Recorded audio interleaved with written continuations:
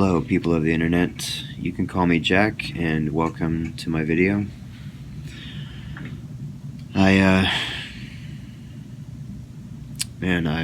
not sure how to tell this story.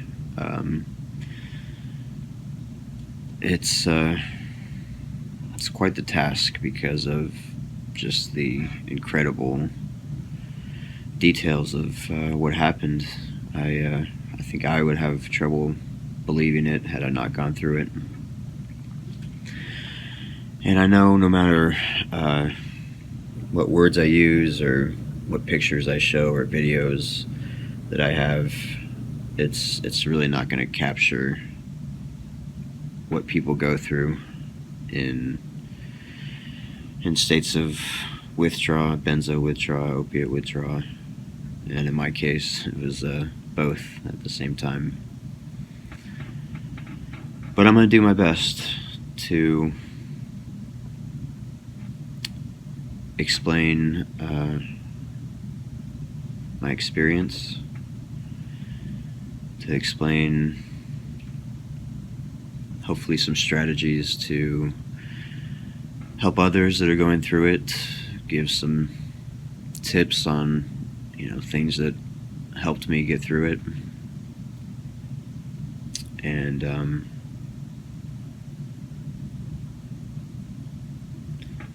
I just want to say that just because I went through these things doesn't necessarily mean if you're on benzos and you're going to come off that you're going to go through exactly what I did. I would say mine is towards the worst end of the scale of what can happen, and the fact that it was benzos and opiates, a high dose of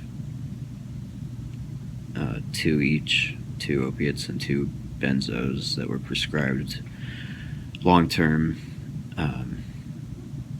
This is not typical in some ways, but aspects of what you see is typical for people going through any amount of opiate withdrawal or benzo withdrawal. So in one sense, I don't want to scare people that are on benzos to make it seem like you don't want to go through this. But on the other hand, I do want to scare people that haven't gotten onto benzos to stay away, because this can happen. And that said, it's not going to happen to you the same way it happened to me or the other person. Everybody's different, and so if you see some stuff that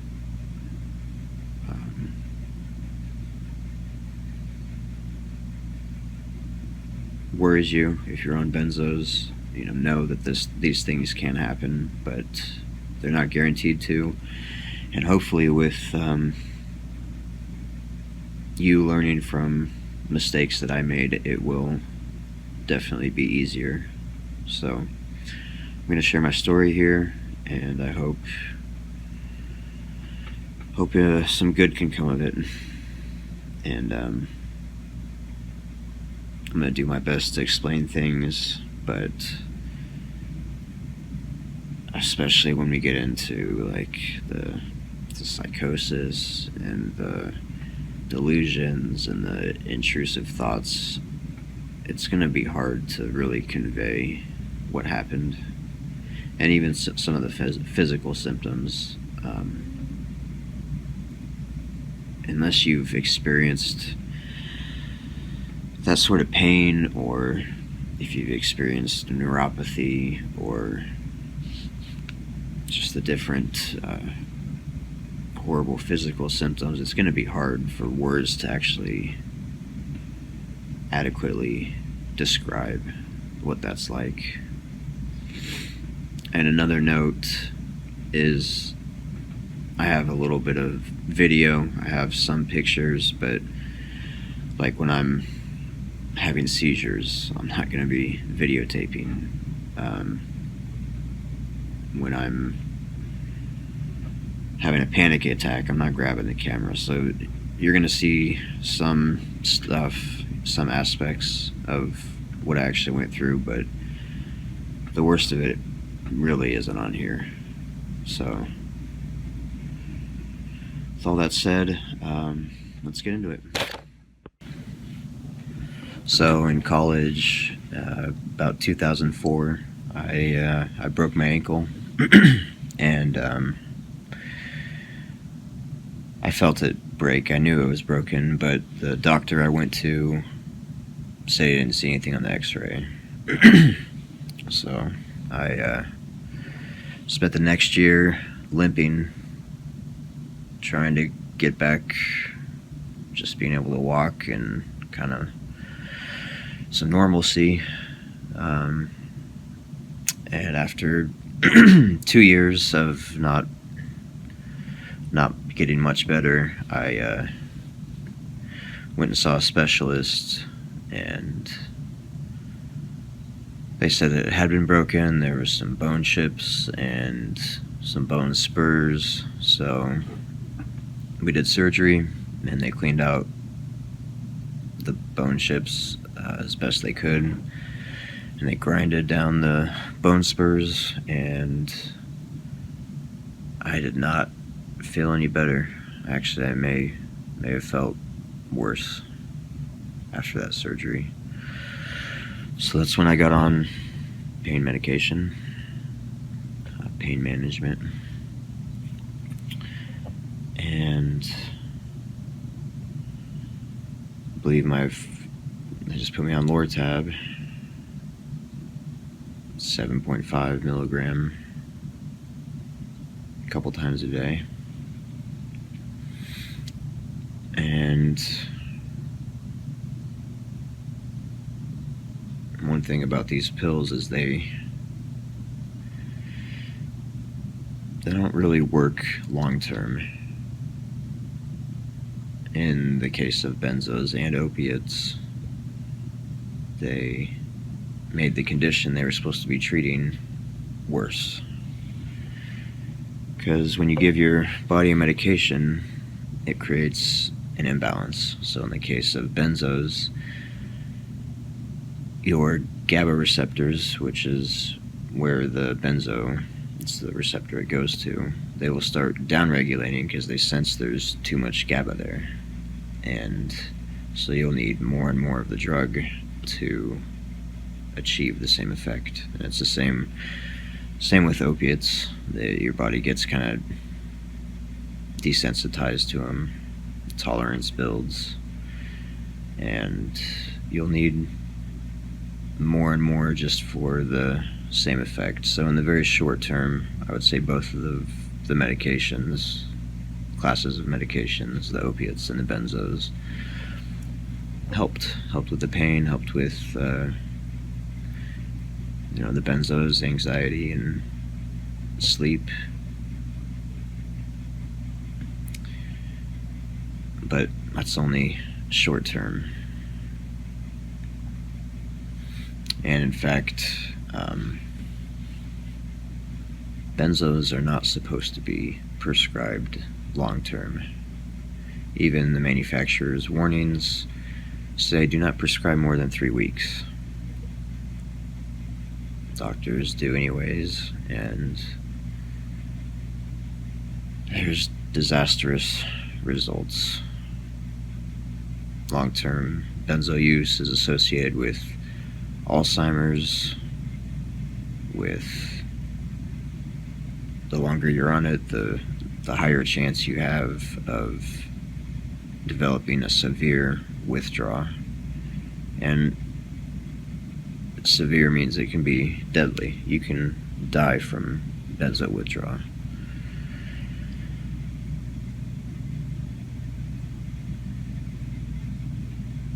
And of course, they don't tell people these dangers when they first put them on the medication. So I feel like a lot of people wouldn't be in this position if the doctor would sit down and say, okay, if you're on this medication for longer than, I think some studies say 9 days is the least amount of time it takes to put somebody into a potential severe withdrawal. If you're on these more than 9 days, you can have seizures, you can destroy your immune system, you can develop severe insomnia, panic attacks, anxiety way worse than you've ever had, and you can die. You can on and on. I think there's 70 symptoms listed on the FDA website just for benzo withdrawal. People in benzo groups, they document, I think I've seen over 100. So it's just crazy, the myriad of symptoms that comes from one little pill. So, started off with 0.5 milligram of lorazepam, 7.5 milligrams of oxycodone, and over time it didn't have the same effect, so the doctor would prescribe more. The same thing would happen. My health was just going downhill, and I was up to 320 milligrams of oxycodone a day. The largest fentanyl patch they make, which was 100 microgram per hour patch, and then up to 5 milligrams of ativan a day and 30 milligrams of temazepam a day, and then 1,050 milligrams of soma, which is a muscle relaxer, and I was also on promethazine as well, a couple 100 milligrams a day. And my general health was just, it was bad. And as much medication as I was on, it wasn't enough. There came a point when the doctor's like, okay, I'm not going to prescribe anymore. You're at the max level. And I was at that max level for a couple years, and I started having what's called tolerance withdrawal, where you're actually going into withdrawal because your body has downregulated your opiate receptors and your benzo GABA receptors so much that the dose that you're on is actually causing that withdrawal effect. So I find out later that that's part of the health problems I'm having. And so I realized it was not sustainable. I couldn't live like that, especially when I would just be desperate to feel normal and not so sick. So I would take more of my medication than I was supposed to on a certain day just so I could function at work or just feel okay for a day. And then I would run out of my medication by the end of the month. So I would get days of feeling seriously ill, and this would happen over and over and over again. And I knew it just wasn't working. I was at some point I thought, okay, I'll just keep increasing my dosage and I'll just make it through as long as I can doing that. But it's never enough. I mean, that and the fact that shortly after I started my taper, the FDA came out and said if you're going to prescribe opiates and benzos together, they need a black box warning. So a lot of doctors have stopped even prescribing that combination, not to mention the muscle relaxers and the promethazine. It's a whole bunch of downers, and I'm lucky to be alive, honestly. Just the massive dosage of such strong narcotics in that combination. It just finally was enough, and I realized that I couldn't keep doing it. So I agreed to get another surgery on my foot. And I went ahead and did that. I really didn't want to, because I feel like the first one made it worse, and I was like, man, if it gets worse from here, I'm going to be on all these medications, and I'm maxed out, and if the pain's worse, then I'm screwed. But I was screwed anyway, so I just said, okay, please hope this doctor does a better job than the last one. So got the surgery, and the doctor told me he was concerned about the amount of medication I was on, but he promised that he would help me get through the pain of the surgery, and he would prescribe accordingly. And I should have got more of an assurance than that, because he prescribed a whole 3% of the dosage I was on. The dosage I was on, I got 3% more. So like basically nothing. So I basically had to endure the pain after the surgery with basically no painkillers. And that's when things got much, much worse.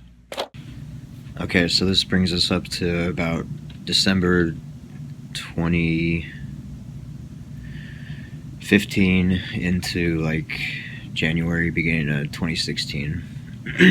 And I've had my surgery. I'm in incredible pain. Basically, they went in and they grinded on my bones, and they cut through tendons and all this stuff. And I'm laid up with basically no pain meds, and I feel like I'm going into shock or something. I feel like my body is starting to just give up or something. That and the fact I was already in a state of withdrawal at all times for at least a year, up until now, maybe probably longer than that. So my body is just, it's not good, and my health just goes downhill. I start getting rashes, these weird lumps and redness and raised areas. I was getting sick really easily, so at this point my immune system is just recovering from the surgery. It's taking up a lot of energy, and my body's trying to recover, and it was just that, while being in a state of tolerance withdrawal, it was just too much for my body to handle. And it just seems like my immune system is failing. I'll start getting scratches on my body, and I have no idea what happened. I'm sitting at my desk, or I'm laying in bed, and all of a sudden I have these scratches, or just splotches of red will show up all over my face, or my neck, or my back. My leg is just all over my arms. And several months go by, and I start getting pneumonia, and I get pneumonia pretty bad. I think at one point my temperature was like 105 degrees, and at this point it's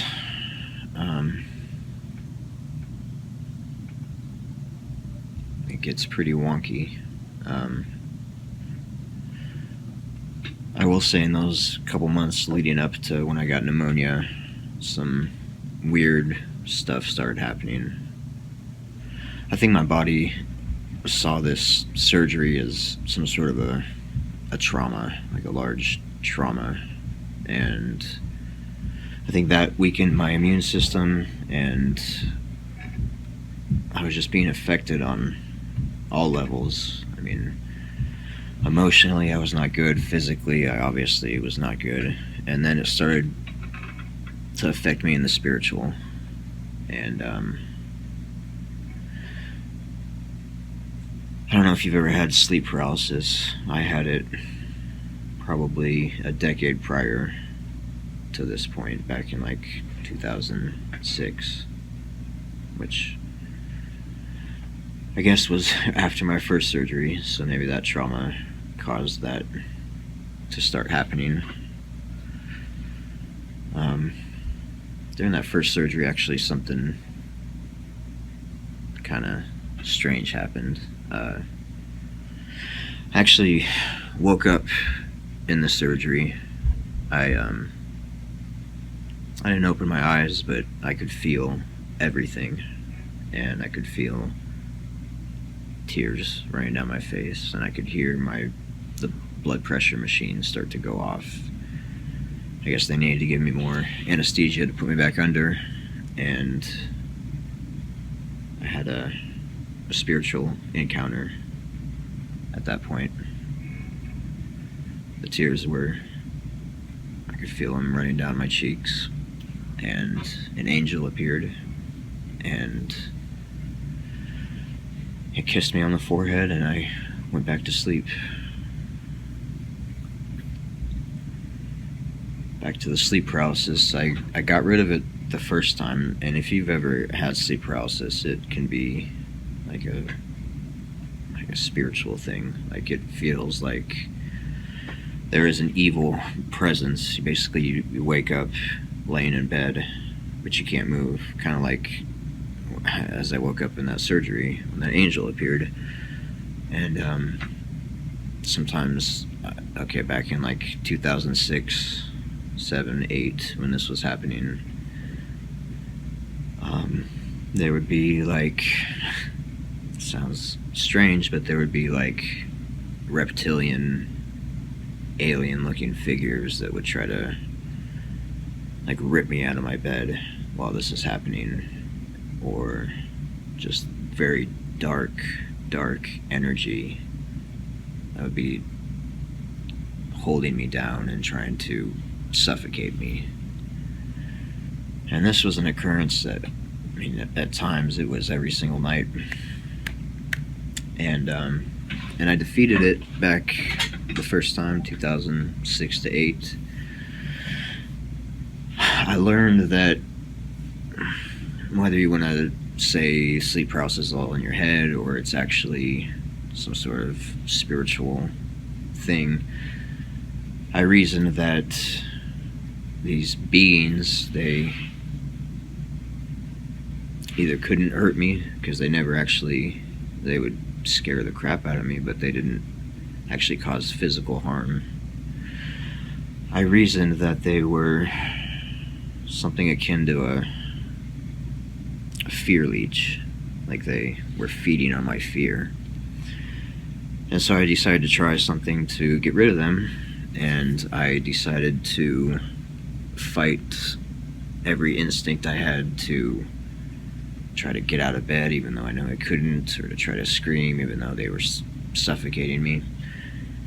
And I would just meditate on love.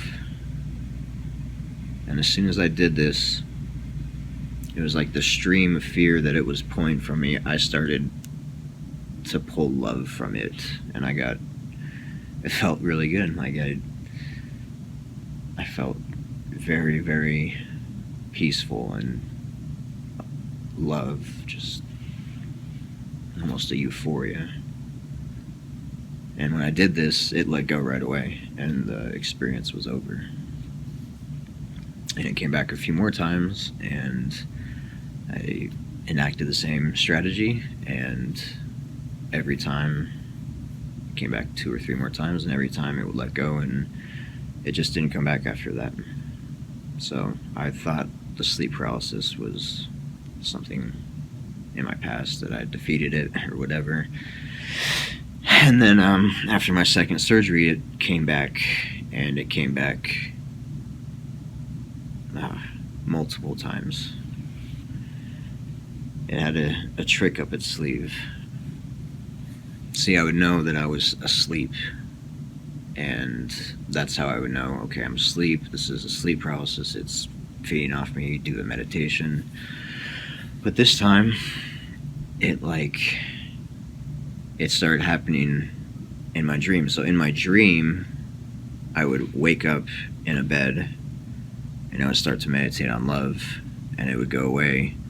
But then I would wake up in another bed, not my bed, in another bed, and it just would keep happening. Like, it found a way to go inside my dreams and do it. So the strategy didn't work. And yeah, it was a dark spiritual time for me. Okay, so I've got the sleep paralysis nonsense going on.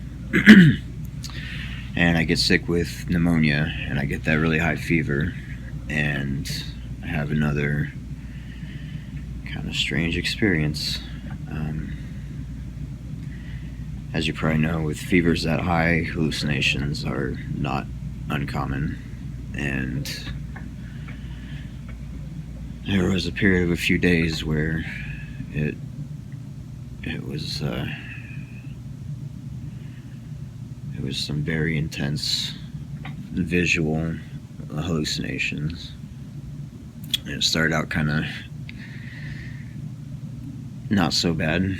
I was laying in my bed, looking across the house through a hallway to the front room, and we've got some curtains there, and the curtains started to like melt down, and it dripped off. And it was like this little pillow guy, and he walked up all the way across the house to the doorway, and he just stood there, little white fluffy guy.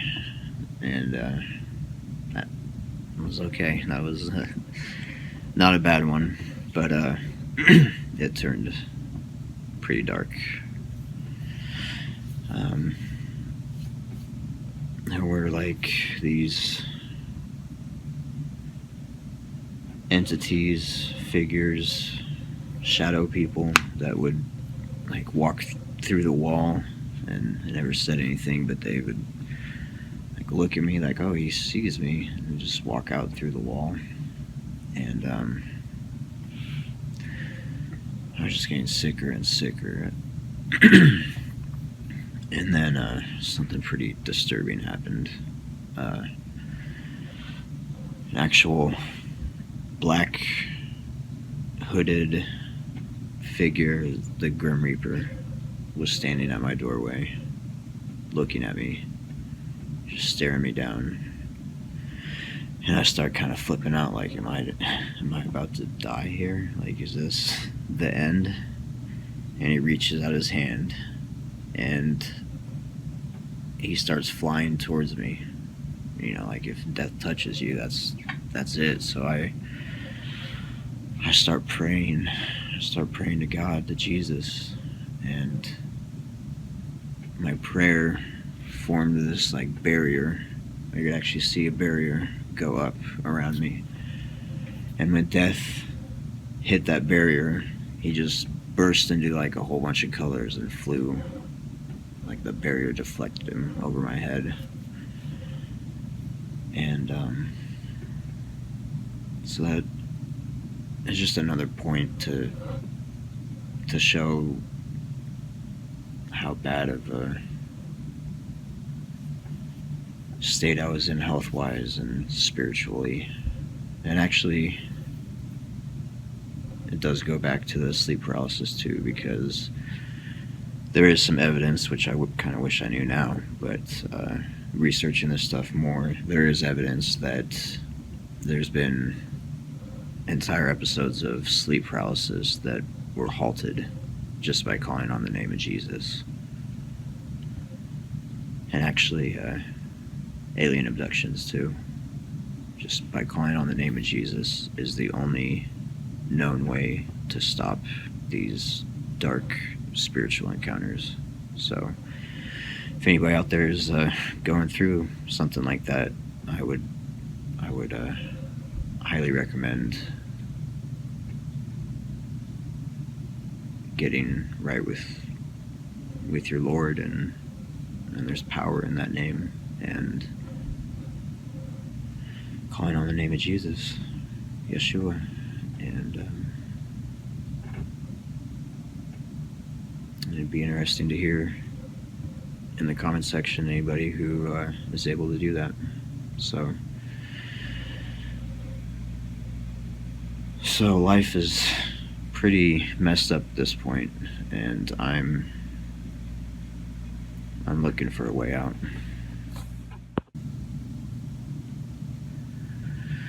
So my life is being corroded in all areas: my emotions, my body, my mind, my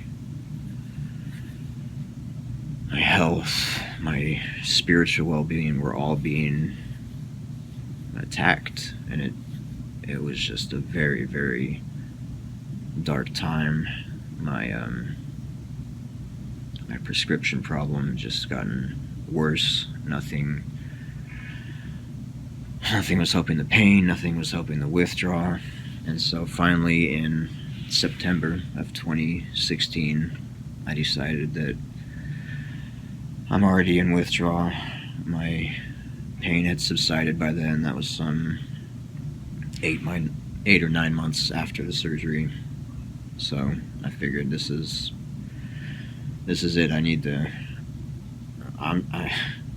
get on with my life. I need to try to get better. I need to do everything I can to rectify this wretched situation I was in.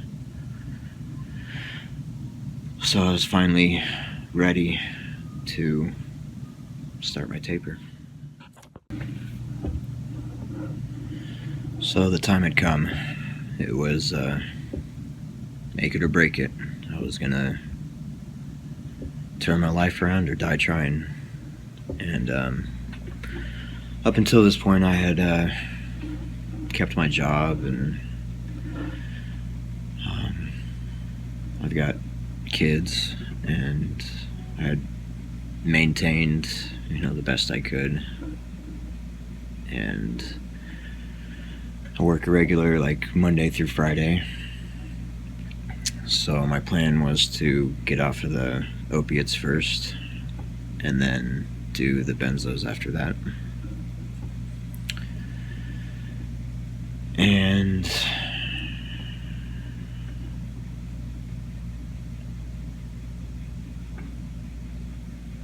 I was gonna try to go to work 5 days. My kids went to their mom's house on the weekends, so my plan was to do my cut on Friday after work. And I was under the impression that normally opiate withdrawal was a 3 to 5 day event. So I was hoping most of the withdrawal would happen while my kids were away. While I wasn't working, I could lay in bed or, take it easy, whatever I needed to do. And that was my plan. And I started mid-September. I had 320 milligrams of oxy to cut and I was going to try to do it over 3 or 4 weeks. So my first cut was about 100 milligrams of oxycodone. Just for reference, that's what I'm taking every day. When you go and get surgery done or your teeth pulled or whatever, they'll usually give you 7.5 milligrams to take a couple times a day. So maybe a 10 milligram a couple times a day. So maybe on the high end, 30 milligrams a day. So my cut of 100 milligrams is 3 times that amount. More than 3 times that amount. So it was a big cut. And I started it. The weekend was horrible. Just horrible stomach cramps and hot and cold flashes and sweating through the sheets and pain in my ankle. It was probably like a 7 that first weekend. It was pretty bad. Just burning pain. Not getting much sleep at all. Maybe like 3 hours a night.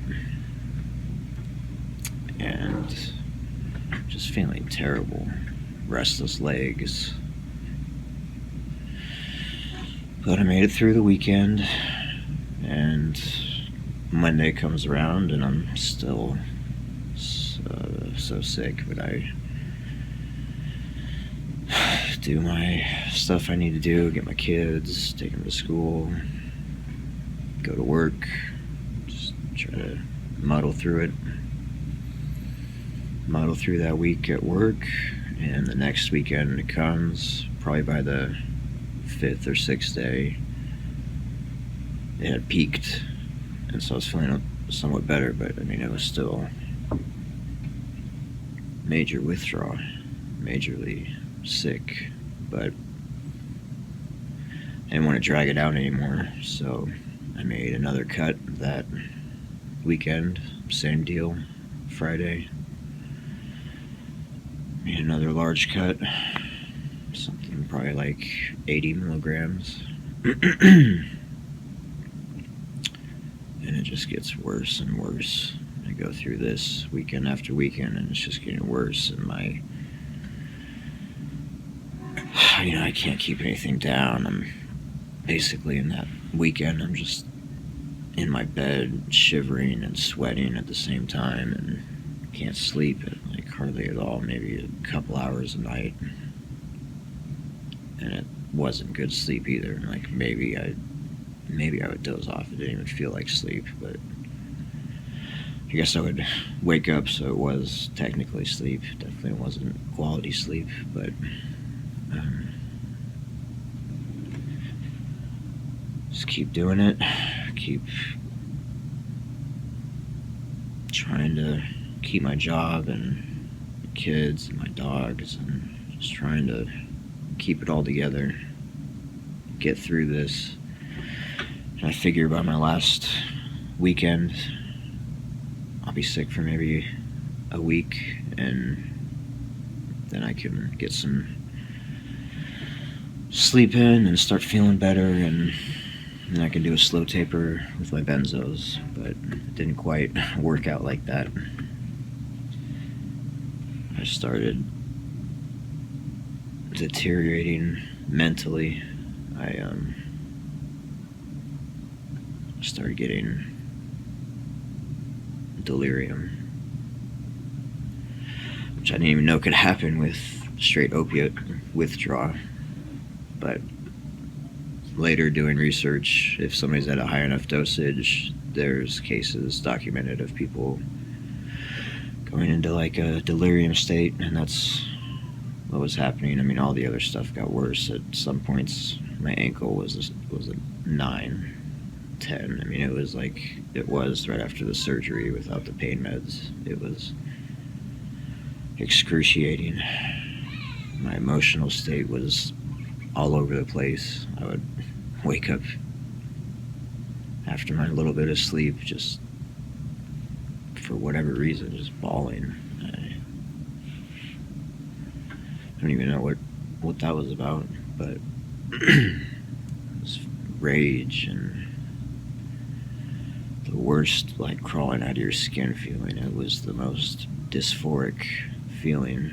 It was horrible. The restless legs was going from being restless to, like, shaking, just like my whole body shaking. And it's when the first akathisia made its appearance. And akathisia is, some have called it the worst feeling imaginable. There was a doctor who gave himself a medication just so he could feel what his patients were experiencing, to give himself akathisia, and he said it was chemical torture. Just you're crawling out of your skin, and you just want to get up and run away, but it doesn't work, so you end up just doing these repetitive movements, just like you can't stop moving. You're just like caught in this awful cycle of just these strange movements. It's really hard to put into words, but the delirium was intense. I remember laying on my couch, and I had this globe sitting on top of my lizard cage, and it was doing this weird thing where it was like continuously falling, but once it got to a certain point, it would just be like back up here, but it never moved back up, so it's just like continuously falling. Just strange, very strange. I remember during this time, I was looking at some radio towers, the ones that have the red lights that blink on and off, and the whole tower was just like dripping down. It was insane. It was really crazy, and that's when my next dark spiritual encounter happened. I had a man, I haven't shared this with hardly anybody. It's really hard to talk about, but I had this deep demonic voice that was just tormenting me, trying to convince me that my family would be better off if I just killed myself. And it just would not relent, just over and over. And it was audible. It was like it was right here, just like harassing me. And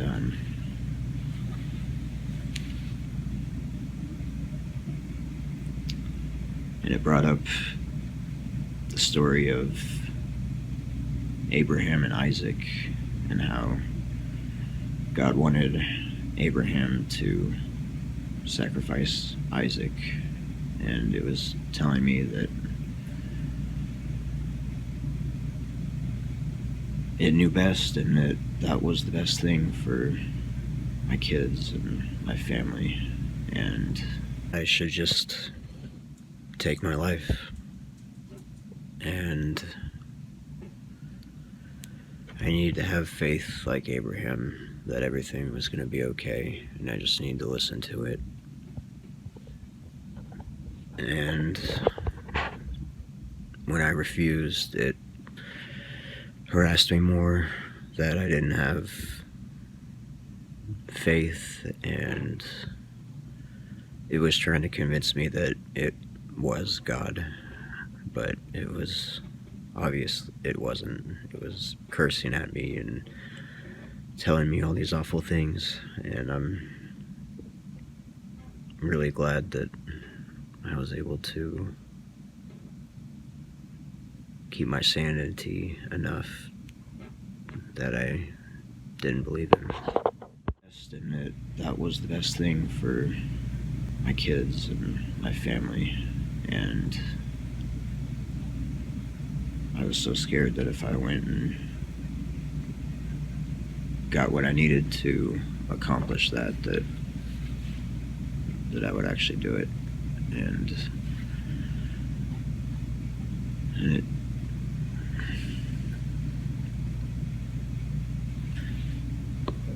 it was very, very dark, and I was desperate for relief, but I wasn't going to turn back. I still had my prescription. I could have easily just gone and ended the pain with that, or given into the voice and ended it that way, but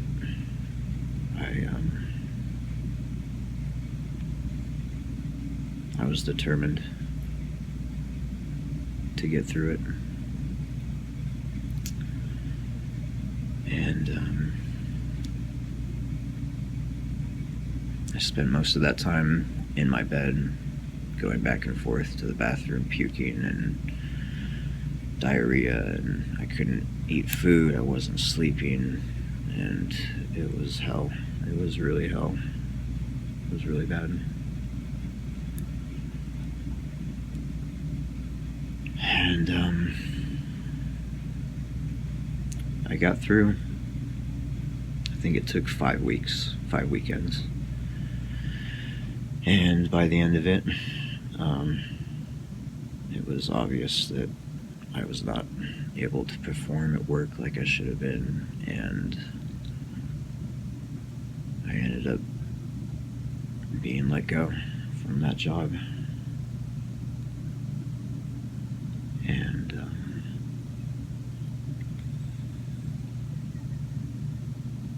that was tough, not knowing how I'm gonna provide for my family, and being as sick as I was, and all these dark thoughts that things aren't gonna get better, and it's just it was a lot to deal with, but I was determined, and I didn't go back to using because of that. And it turns out that the withdrawal didn't last 5 days or a week after my last dose. It lasted at least 3 weeks past that point, which, again, I didn't know was possible. But looking at the literature, it is possible, and especially with like methadone or Suboxone, that withdrawal can last that long. But just because of the high dose and the huge cuts I was making, even oxycodone and fentanyl can last several weeks. And I didn't get to find out exactly how long it lasted, because about 3 weeks after my last dose, about 5 weeks. 5 weeks after the beginning of my taper, 3 weeks after my last dose, I was forced, because of circumstances I probably won't get into in this video, but I was forced to start my benzo taper. And since I was forced,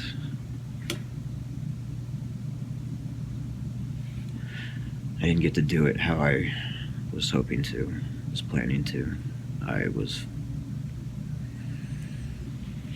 forced to make a cut from about 5 milligrams of lorazepam, ativan, and 30 milligrams of temazepam. The temazepam stayed the same, but I was forced to go down to 3 milligrams of lorazepam. So like a 40% cut, which you're not supposed to cut more than like 10% every week or two. And here I am being forced while I'm in a delirium and so sick from the opiate withdrawal to make a 40% cut in my ativan. And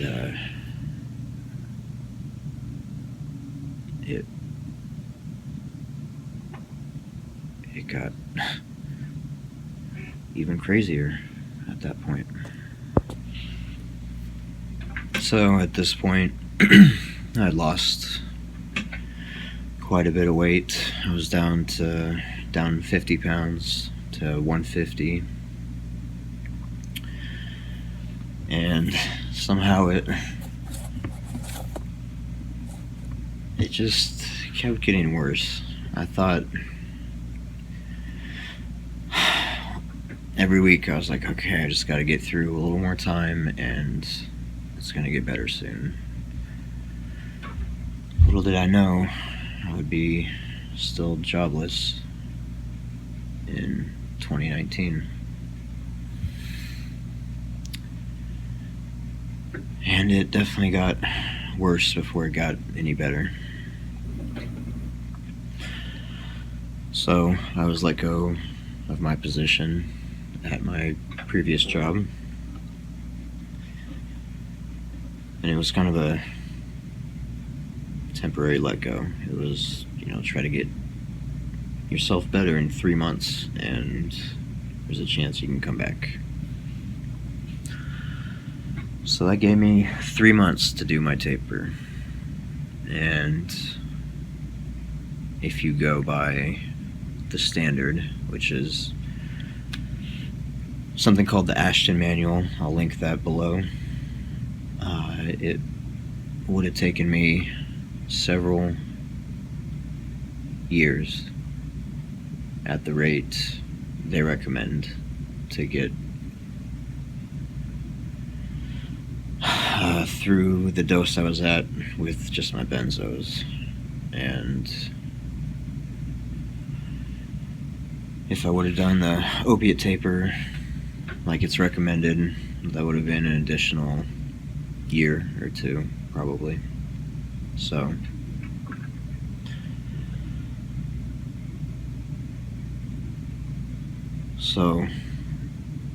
if I'm gonna make it benzo free in that 3 months, it ends up that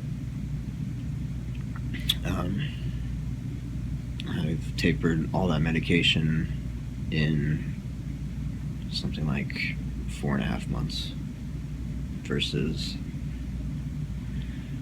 4 years or longer if I would have done it the slow way. And I don't know if I made the right decision or not, honestly. It was very, very hard the way I did it, but I'm potentially gonna be completely healed. I feel like I'm almost there right now, and it's January 2019, so I would have been sick, probably not as sick as I was, but I would have been sick for a longer period of time at a lower intensity versus the way I did it is a very intense symptoms for a compressed taper and then whatever the recovery is. So with benzos, I probably was going to look at least 18 months of recovery after my last dose, so that would have dragged it on 5-6 years till I may have been okay, versus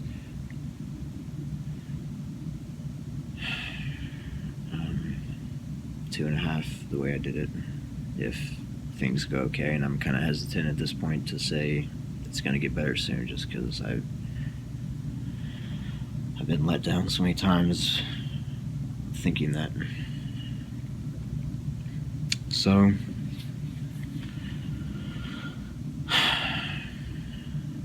around this time, I get thrown another curveball. My dog of 13 years that I rescued when she was a pup off the street, passed away, and it was really hard for me. I get really attached to animals, and this was like my best bud for a long, long time. And being as sick as I was, and losing my job, and losing my dog, it was unreal. It almost felt like I had died, and this was like a version of hell. Like it felt like the whole world was just contorting to torture me.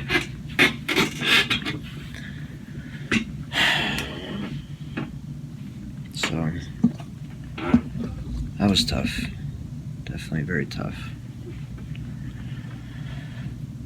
So I buried her, and I kind of just went emotionally numb at that point. Some real emotional blunting. I just felt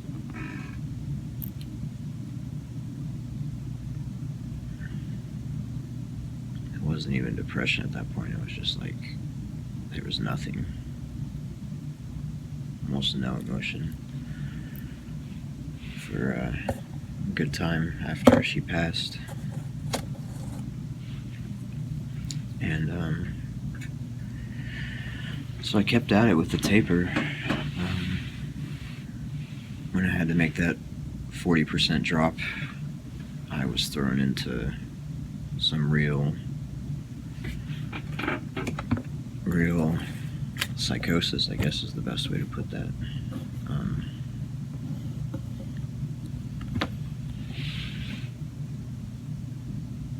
This is going to be hard to explain, but it was almost like I was living in a haunted house. Like I would put something down, and then it wouldn't be there, and then it would show up somewhere else, and like all the electronics in my house started doing weird stuff. My phone would glitch out, and like I had basically stopped watching TV at this point. I couldn't watch TV. It was hard to follow the plot of any show. It was hard to get emotionally involved. If I saw happy people on there, it would just piss me off. Comedy shows weren't really funny. Couldn't find joy. It was very hard to find any sort of joy for a long time. So the one show that I allowed myself to watch was the show called, I think it's just called Bible, on Netflix. It just goes through some of the biblical stories, but weird stuff would happen, like the TV would start syncing up with what I was thinking. Like I'll be thinking about something, and all of a sudden the TV in their dialogue will give me the answer to whatever I was questioning in my thoughts. Or like it would seem like lights would flicker.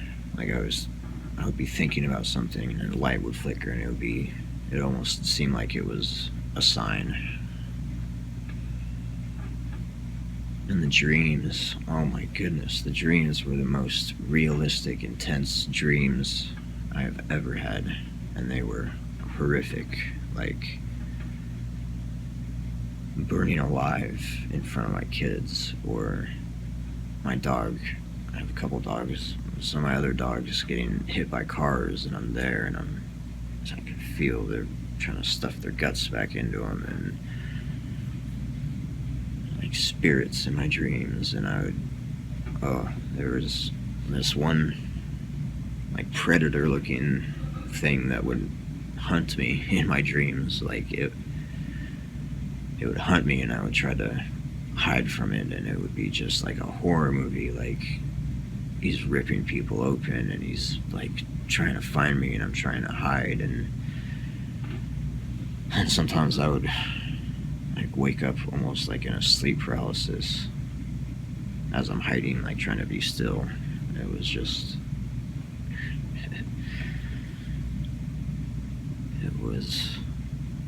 it was unreal, really. Those dreams, I've never experienced anything like that. True nightmares, night terrors. And sleeping was hard anyways. I mean, the insomnia just got worse, and it felt like I would go... It felt like weeks without sleeping, but I know for sure I went 3 days without sleeping at all. And I guess I didn't say this before, but during my opiate taper, I had to stop taking the promethazine and the soma. So that could have contributed to the delirium, because upon further research, soma acts on GABA receptors, just like benzos do. So when I stopped those fairly abruptly, that probably contributed. But the insomnia was so bad that I remember one time I got no wink of sleep at all for 3 days, and on the third day I had my real like first full body seizure, and you know, my nutrition wasn't good either. I was barely able to eat, so my immune system was poor. My skin rashes and stuff got worse. My hands were like sweaty all the time, and they got these horrible rashes all over, and my skin would peel off, and it would just be that cycle every few weeks. These like horrible red dots all over my hands, and then they would peel off, and my hands would look like they just came out of a bathtub a lot of the time. Like they were just all wrinkly, and so I was dealing with all the same stuff. And then the third day, literally no sleep. The hallucinations. Okay, so I was laying there, and these pulsating lights appeared in my vision, and they were like in this vertical array. They started blinking, and they like entered into my body, and my whole body became those lights, and it was blinking, and I didn't feel my body anymore. I was like separated from my body. I was like these blinking lights, and then I'm like, wait, this is not good. I need to see what my body's doing. So I go back to my body, and I like come out of it, and I'm having a seizure, a full body seizure. Now, previous to this, I did have like twitching, like my arm would twitch, like those, I think they're called myoclonic seizures, myoclonic jerking, but this was the first full body seizure. And I decided that was like one of my biggest fears, is that's how you die. One of the ways you can die.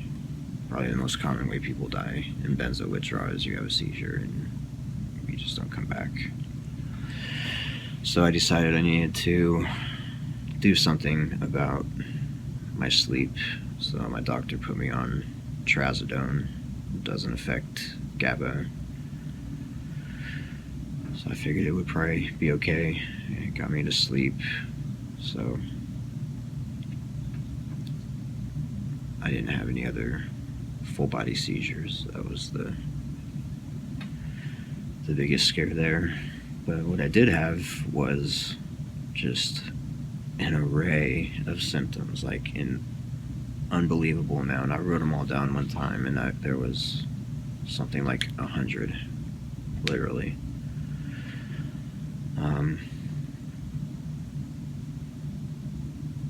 I'm just gonna go through some of these. One of them that started right away after my 40% drop, and was happening some before actually, is depersonalization and derealization.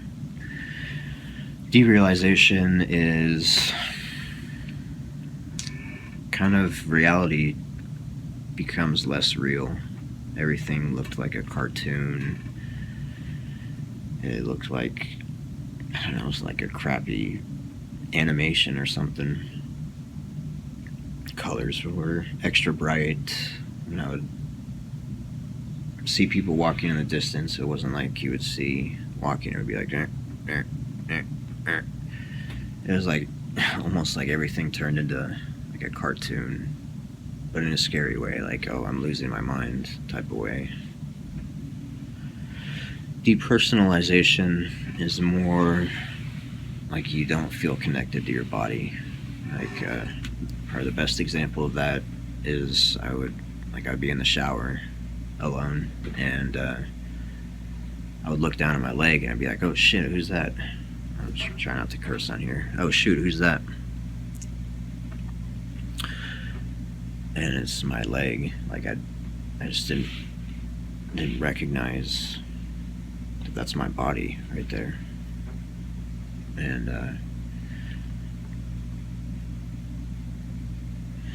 I'd look in the mirror and I wouldn't see myself. Like I could go past a mirror and be like, whoa, oh, that's me. I can see they're moving. Like, I mean, it didn't recognize myself in the mirror.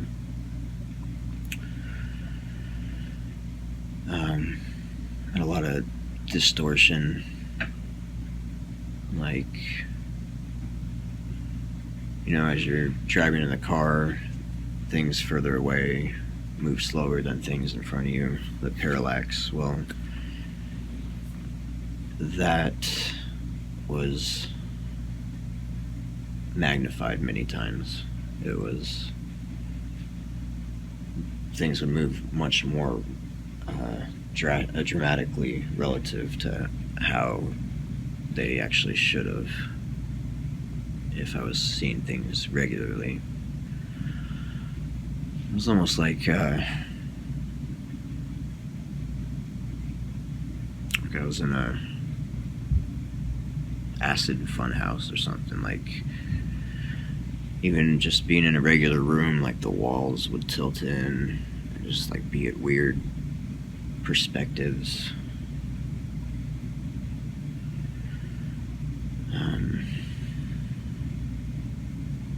Lights looked really funny, and I still have this symptom. It's not as exaggerated as it was, but especially at nighttime when I see cars on the road, you know, usually you see like a little headlight. Well, all lights, they stretched out. They'd be like this big, like way above the top of the car and the bottom of the car. They would be like, make the cars this big and the lights are like this big. And so that was pretty strange. I mean, it was almost like you see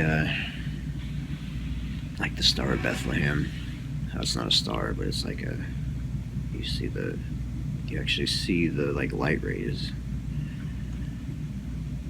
And sometimes the lights would stretch out vertically. Sometimes, especially if I move my head a little bit, they would kind of tilt to the side. Sometimes it actually would be like 4 of them coming out, like the Bethlehem star.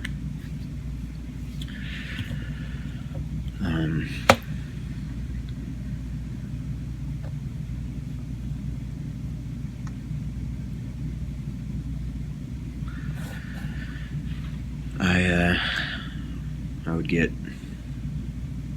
extremely restless. The restless legs just got worse. It was like my legs were balloons, and they were just like engorged and like busting out of my skin, and I could not get comfortable. And that feeling like spread to my whole body, and then that's the akathisia that was happening before. This continued for months after that huge drop in my benzo.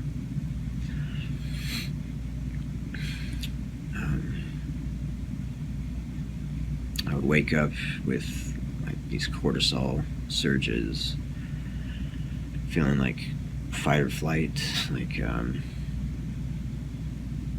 pretty sure my adrenaline gland was working overtime too. I just would get like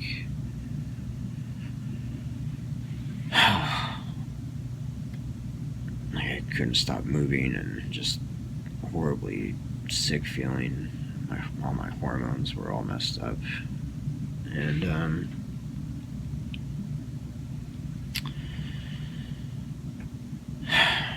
my limbs would go so cold. Like, it would feel like my feet were in ice, and that was one of the most, well, maybe not one of the most, but it was a very uncomfortable symptom. And despite that, I would be sweaty. I would be sweaty and shivering and just like all this nonsensical dualistic feelings. Like, I have so much energy, but I'm fatigued. I can't move.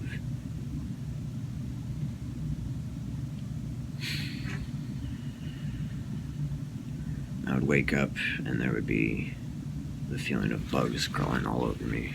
Except for I knew they weren't real because they were like zipping around me like super fast, faster than any bug could. It would be just like all these bugs. I would get numb patches, especially on my leg here. It would feel like maybe ants or something were crawling around underneath my skin. My hands would go numb. Neuropathy, so I feel like I was just burning, just on fire. I didn't have any balance. If I turned my head, or I tried to turn directions, or even if I was just standing still, I would like get knocked off balance, and I tripped and fell so many times just because I didn't have any balance.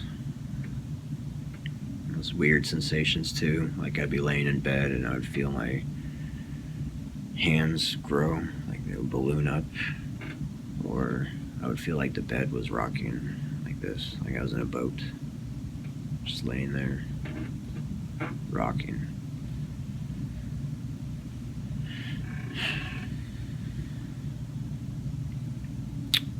And I had a symptom that reminded me of when I was a kid. When I was a kid, I would have this weird sensation of being really, really small and really, really big at the same time. More of this dualistic madness.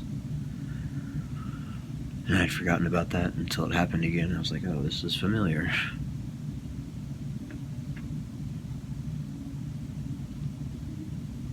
Actually, that happened when I was a kid, right before I got pretty sick. I got migraines really bad, and then I developed a seizure disorder, and medication wasn't working, and it got to a point where my seizures were increasing. They weren't grandma, they were more like the arm jerking, like I was talking about before. And they were about to do brain surgery on me. And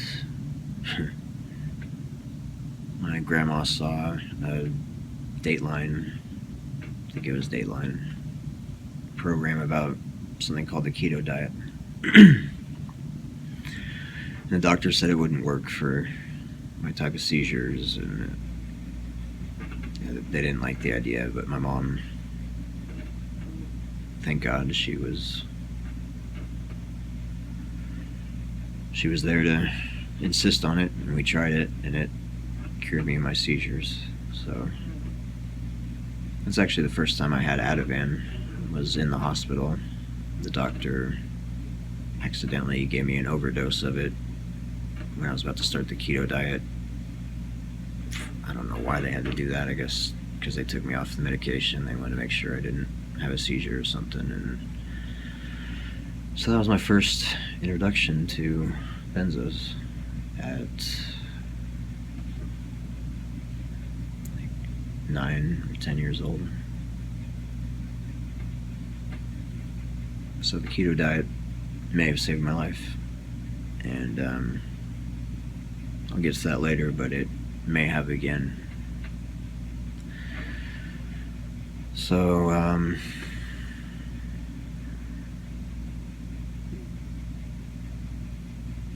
I would get bruises really easily. My immune system was still shot.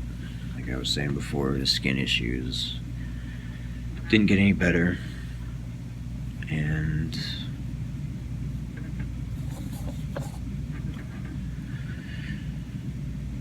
I would just get these bruises, massive bruises, like taking out my whole elbow and my huge on my arm, on my leg, just from something small or I don't even know what in some cases. I was stricken with a tremor at all times for probably about 1.5 years after that first big cut in my benzos. It was hard to act normal around people. I mean, if I was able to mask all the other symptoms, I still would have this tremor, and there was no hiding that. And really, I'm sure I didn't look very good in public. The few times I did go out in public, I was so sick, and I would catch myself, my face would start matching how I felt on the inside, and I had to be very conscious when I went out in public to keep checking, is your face okay? Are you grimacing? Are you know, so that was fun. I would get muscle spasms, horrible muscle spasms. My whole leg would tense up, and it looked like an alien was in there or something, just the amount of contraction that was happening. The pain was, I mean, in numerous ways, but like my bones would hurt, all my tendons would hurt, my muscles, I was stiff all the time. I couldn't stop flexing my muscles. I was out in public, I had to make sure my shoulders weren't like this, like I wasn't like I am most of the time at home when I was in this state. I just couldn't relax my muscles, and then that probably didn't help with the muscle spasms because I was just flexing all the time, just in a horrible amount of pain, agony. Kind of a weird symptom was something called oral akathisia, where it's like you can't relax, you know, akathisia, you can't relax your body, you have to keep moving. Well, that would happen with my tongue, and even now I don't know, my tongue feels comfortable on the roof of my mouth. Like it's just, but it would be bad because teeth grinding was another symptom, tension in my jaw. I probably have an exaggerated muscle here just because I would catch myself, my jaw would for some reason go to this side of my face, and it would just stay in that position, clenched.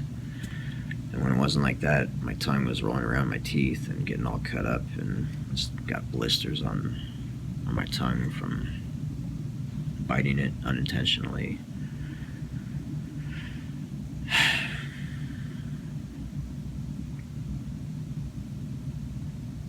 Panic attacks were probably one of the worst symptoms.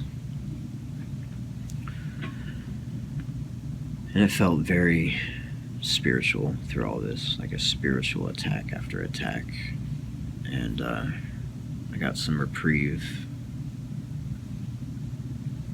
one day when I was having a horrible panic attack for like an hour. It wouldn't leave, and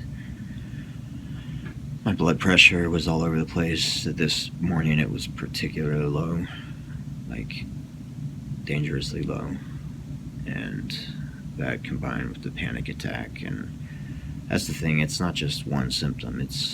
I'm not having all these symptoms at once, but I'm having a dozen or so at once, or several at a time. So it's like the blood pressure getting really low, making me dizzy, combined with a panic attack, combined with muscle spasms, combined with I'm so tired because I couldn't eat and I couldn't have been sleeping, and it's just the amount of symptoms piled on top of each other is what makes benzo withdrawal so horrible, and the duration of it is what makes it worse than opiate withdrawal. I was in benzo withdrawal for something like 2 years. 2 years of dealing with all this stuff. Anyways, I called my sister to come over and see if I needed to go to the emergency room because of my blood pressure and feeling like I'm about to pass out. And she was able to come over and help me calm down. She put on this Christian meditation thing. And it had you visualize something. At one point it says how Jesus is going to give you something that's unique to you. And I'm not going to tell you exactly what it was, but there's a certain combination of shapes. And he gave it to me, and then I found myself, and these things would happen like I was actually there. Like I found myself in front of him. He's on the cross, and he looks like he's in a lot of pain, and he looks directly into my eyes, and I'm standing there on the ground looking at him. And anyways, the meditation was able to calm me down that day, so I didn't have to go to the emergency room that day. And that was the first spiritual reprieve that I was able to get. I didn't know exactly what it meant, but I knew that Jesus was there for me. And that gave me hope that I wasn't in some sort of layer of hell. And then something amazing happened. My daughter, she came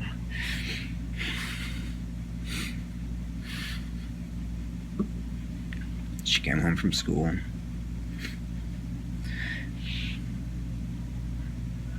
And she said, "Daddy, I drew you a picture, and it had that shape on it.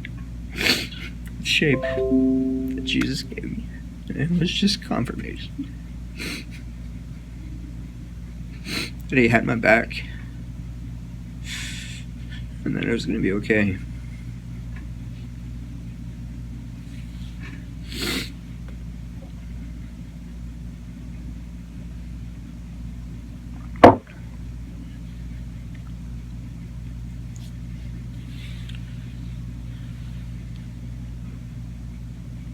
Was really, really special to me. And it's not just some shape. It is not a coincidence.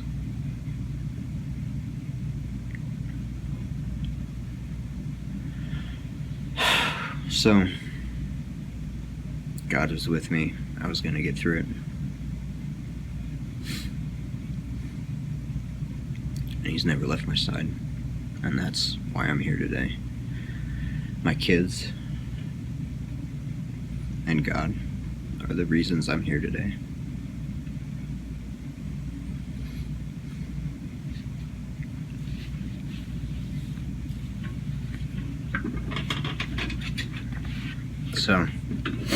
was at a little bit of an impasse with my benzo taper. I wasn't sure how to proceed because in the Ashton manual that I had mentioned before, it says it's recommended to switch to a longer half-life benzo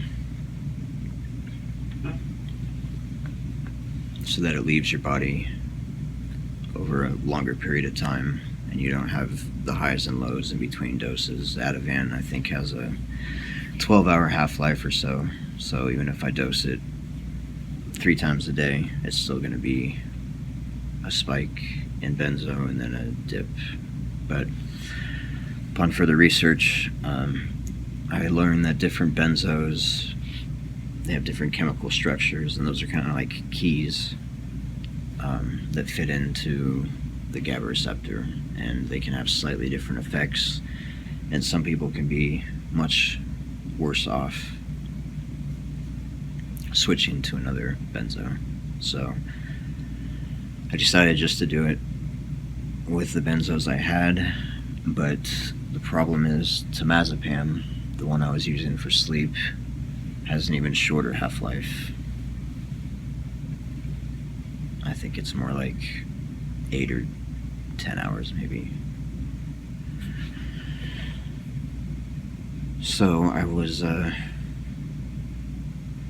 gonna do all of my ativan and then my temazepam, but then I thought maybe that's not a good idea because I use my temazepam to go to sleep and it has a shorter half-life, and that's gonna leave me a lot of the day without a benzo. So I didn't know actually how to proceed, and I tried contacting doctors. I tried to go see specialists, and thank God for benzo groups and the Ashton manual and the online support, because that's the only real support that I got. I talked to pharmacists and doctors and specialists, and they all had bad advice that I know is incorrect. Like, I went to see one specialist and he said, I'm going to put you on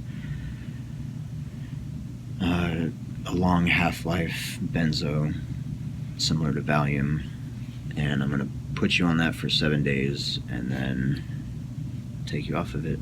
And that's his procedure, which, you know, the Ashton manual, it does recommend switching to Valium, but then you taper off over years. So I really would have been screwed if I would have just trusted that doctor. I went to another specialist who said he specialized in benzo withdrawal, and he had a similar plan, and I would ask them questions just before I put my trust in them.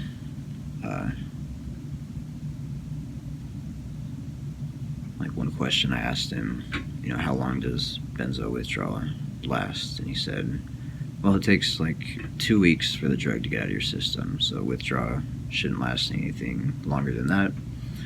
And if you're having symptoms past that time, then it's just previous mental disorders that are coming back.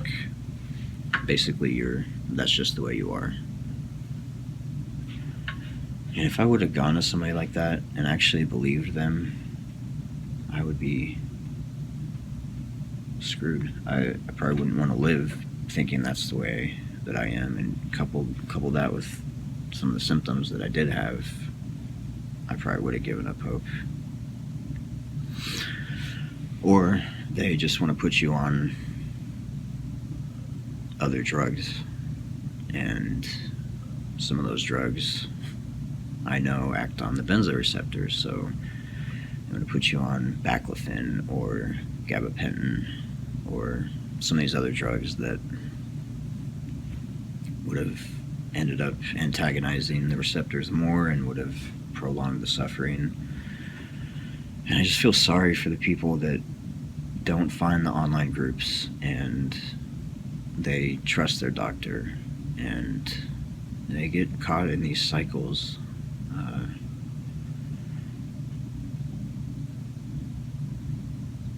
There's a certain doctor, Dr. Berg, I believe. That's one of the benzo specialists online that I found that describes this as spellbinding, where the doctors will put you on a medication, take you off the medication, you go into withdrawal. They diagnose a new set of symptoms that are actually the withdrawal, and they put you on another medication, and you get stuck in this cycle. And that's why you shouldn't just trust a doctor. You need to really research these things on your own.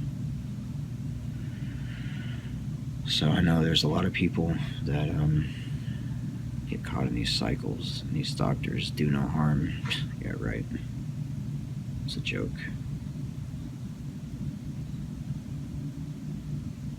You know, pharmacy and pharmakia, sorcery, have the same root word.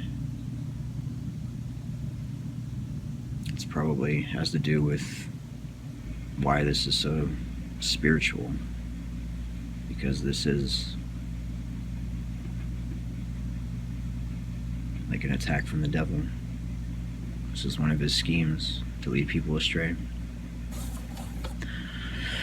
So another really bad symptom is that I was having was intrusive thoughts, and this is like one of the other spiritual aspects. It's like you're having thoughts that you know are not your thoughts, like horribly violent thoughts or just extremely inappropriate thoughts, like just to the extreme. You have a thought and you'd be like, ew, what? And they won't go away. Like one of them was, I mean, there's a lot of suicidal ideation when you go through this. A lot of telling yourself you'll just be like this forever. You'll be much better off dead. And I had to just find ways to block that out.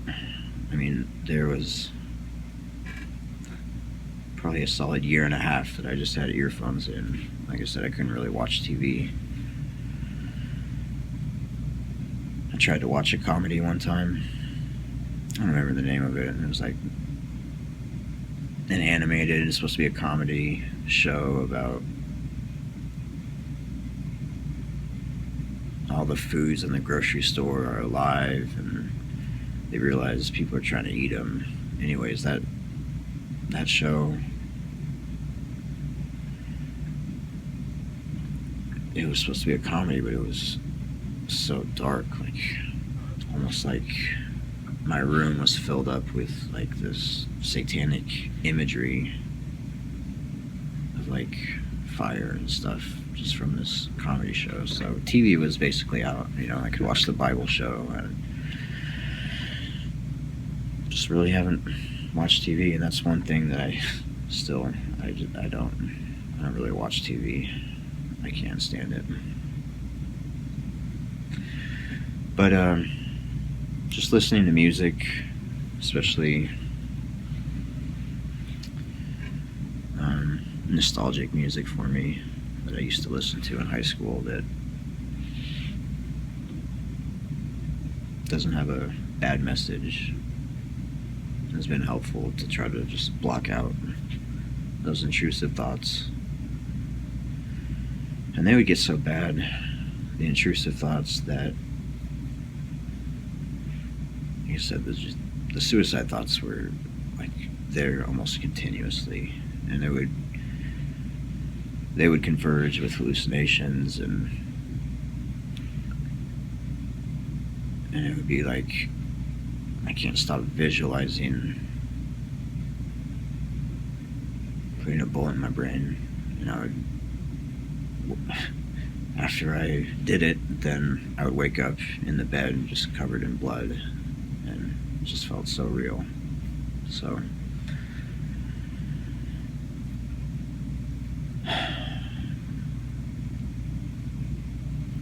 I ended up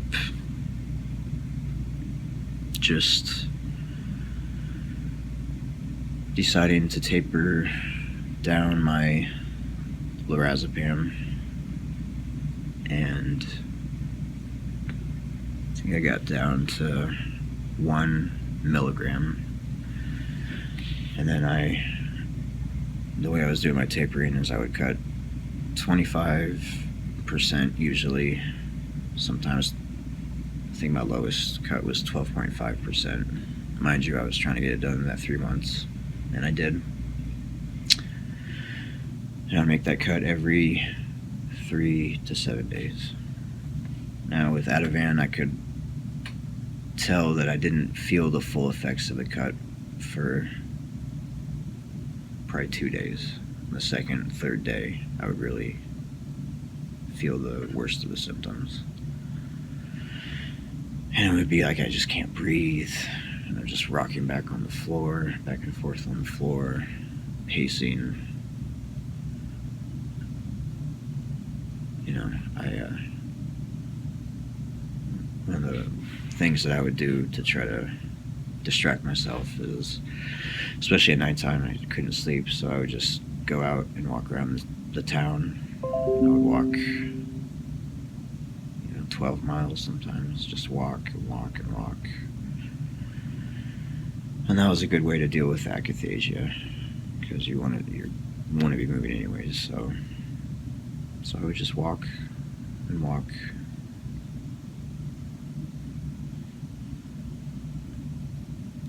And finally took my last benzo dose January 22nd.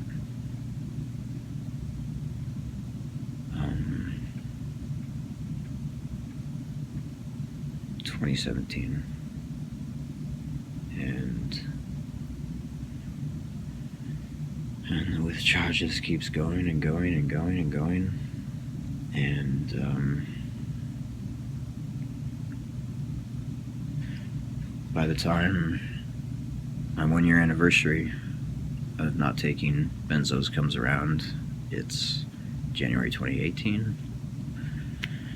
And I managed to stay away from the ER and rehab places. Rehab places, they want to take you off of, because they don't have the money to put you up for the length of time that it takes, so they just get you off medication. Usually it's within 7 days. They give you anti-seizure medication to keep you from having a seizure, they keep you alive, and then they send you out and you are just in a horrible, horrible position. So I knew better than to go to a rehab place. But my blood pressure got dangerously high. My 1-year anniversary, January 2018, and I had to go to the ER. And of course, all they did was try to give me benzos, and they couldn't really do anything about it, but they checked me out and sent me home with a prescription for benzos, which I didn't ever fill. But at this point, I got my first break. I was puking every single day. I could maybe eat one meal. And I went to a homeopathic doctor, and he suggested cutting out carbohydrates, and he had said maybe intermittent fasting could help. So he also gave me some a special magnesium cocktail, different types of magnesium to help me sleep, and that is some great stuff. I'll put a link below of exactly what it is. But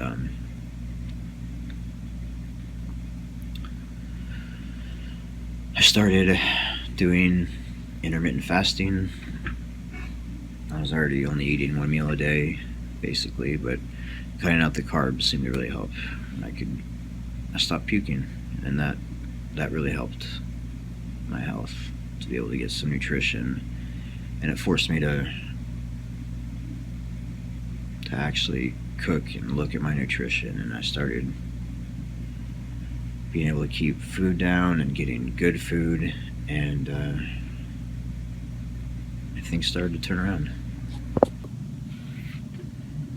So intermittent fasting and cutting out the carbs really was good for me. Like I said, I was able to keep food down, and my stomach issues, my digestion started to get better, and I started feeling better. And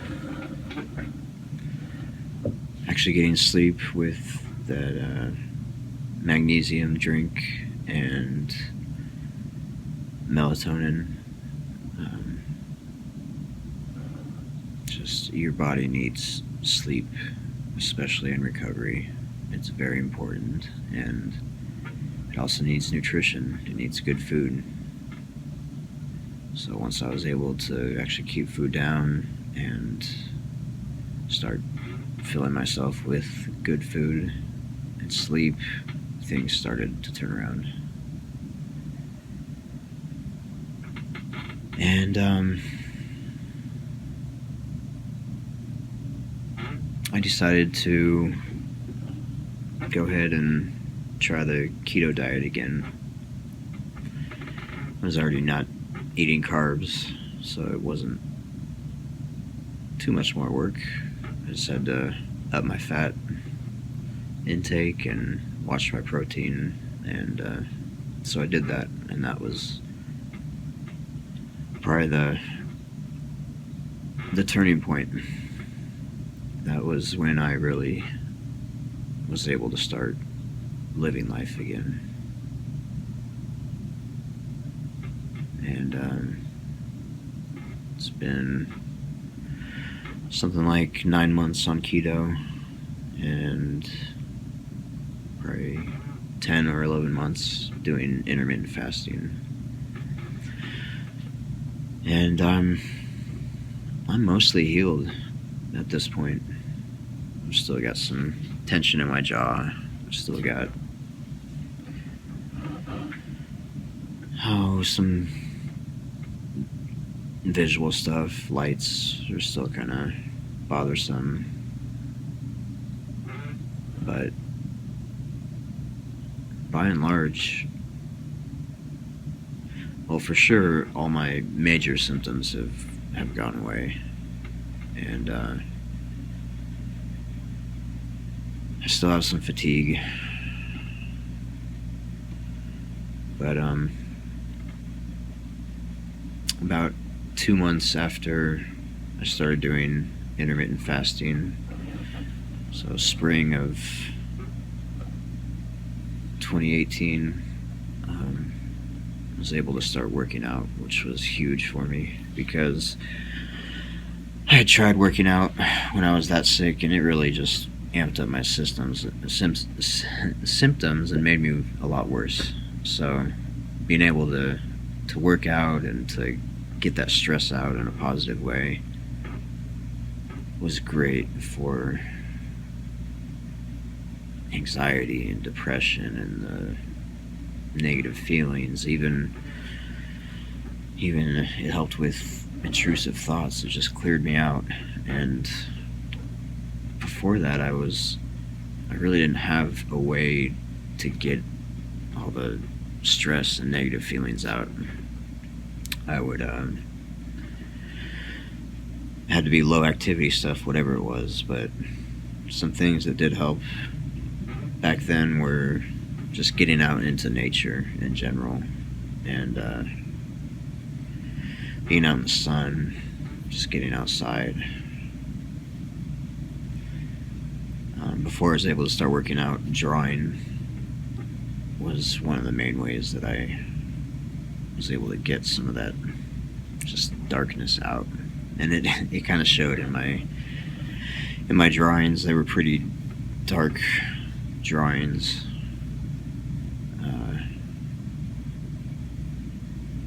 but I was in a dark place, so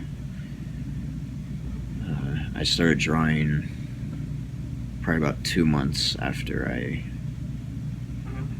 took my last benzo. So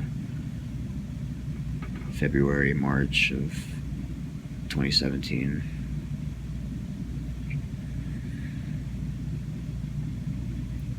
just didn't have any way to get it out, and the intrusive thoughts were telling me to harm yourself, to hurt yourself.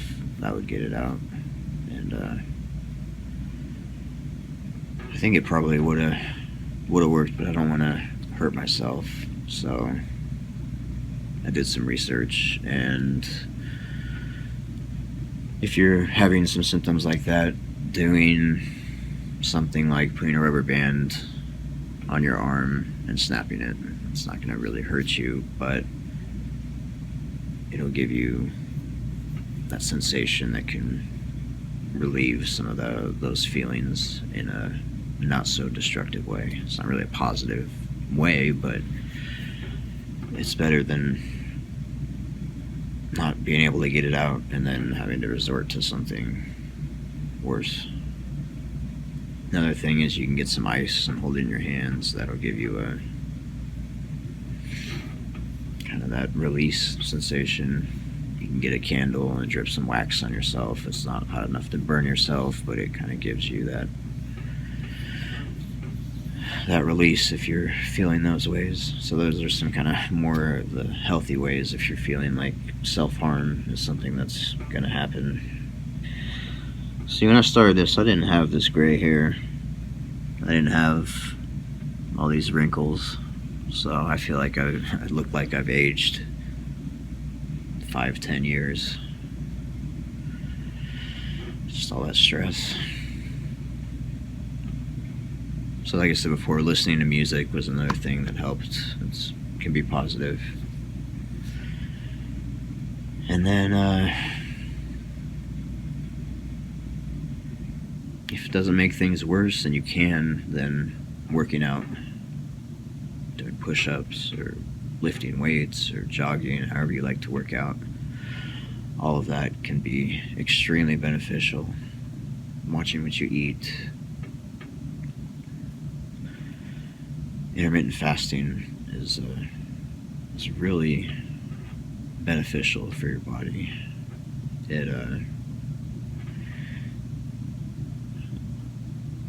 It starts a process in your body called autophagy, and I may be pronouncing that wrong, but it basically, your cells eat themselves, which doesn't sound good, but they find the old cells, cancer cells, damaged cells, and they'll clear them out and recycle them. So it's been shown to increase lifespans and reverse aging.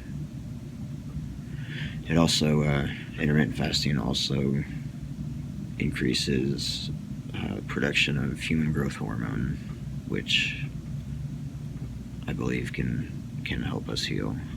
So I highly recommend it for men. If you just constrict your eating to an 8-hour window, go 16 hours without eating, repeat, then you'll get the full benefits. Women can do a longer eating period and a shorter rest in between meals. So eat within a 10-hour window, rest 14, repeat. And then keto it's a godsend, really. It feels like it saved my life again, and it can be difficult in that you have to cook a lot more of your food. You have to spend a little bit more money buying quality food. But if you can stand the extra work, putting in the time to make the meals, then I believe it pays off big time. And then I know there's been some dark stuff in this video, and I didn't hold back much, but I wanted to give a real detailed account of just the reality of what it's like. And I just want to give some encouragement that if you're going through this, I know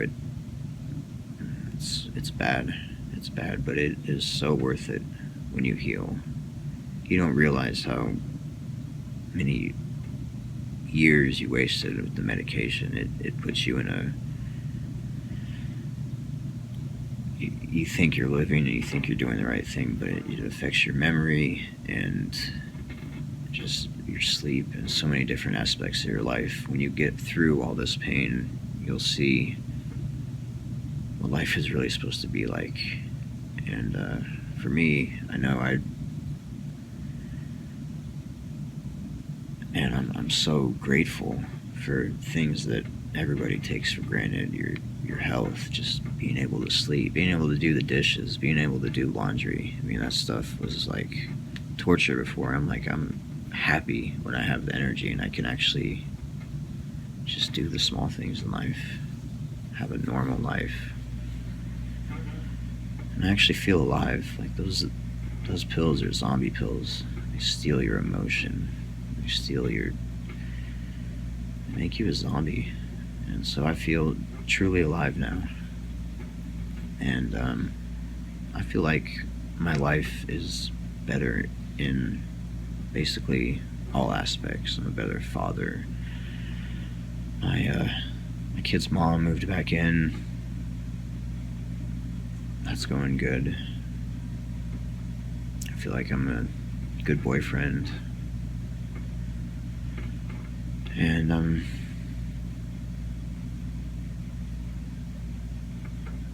finally putting in applications, so soon I'll be back to work, and I think life is gonna be okay now.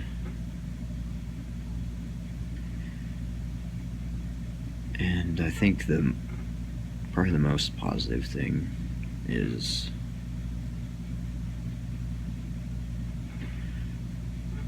when I stopped being a zombie and I was able to get through the withdrawal.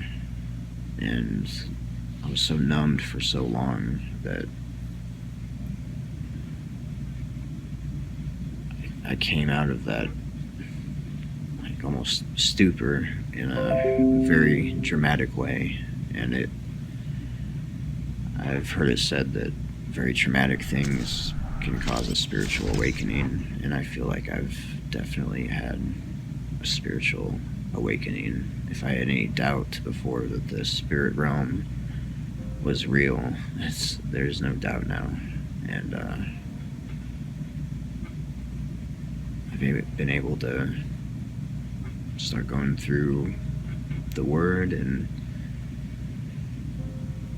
been reading several books. I've probably read 1,000 pages on commentary about different aspects of the Bible, and I feel like it's all coming together, and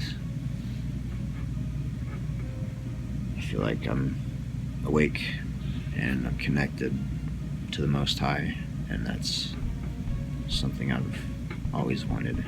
So